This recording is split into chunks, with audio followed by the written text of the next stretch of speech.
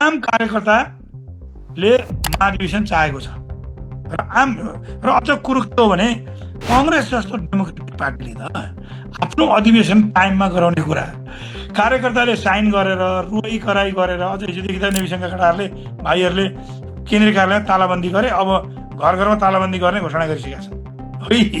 अब आफ्नै कार्यकर्तालाई भाग्ने दिन आउँदैछ नेताहरूको है।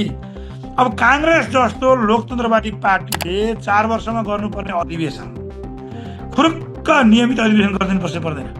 पर्छै पर्दैन? पर्छ नि त। नियमित अधिवेशन गर्नु हुँदैन भन्ने को हो भन्दाखेरि दललाई चुनावको केन्द्रीय चुनाव हुँदाखेरि केन्द्रीय सदस्य पनि जित्न सक्दिनँ म भनेर जो डराएको छ, अझै त्यो पार्टी सत्ता प्रयोग गर्न खोज्दैछु।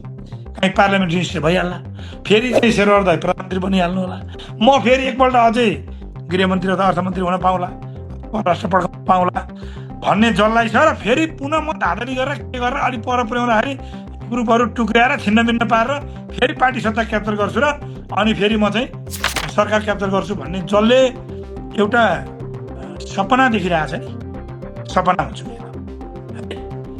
कि साथीहरूले भने हो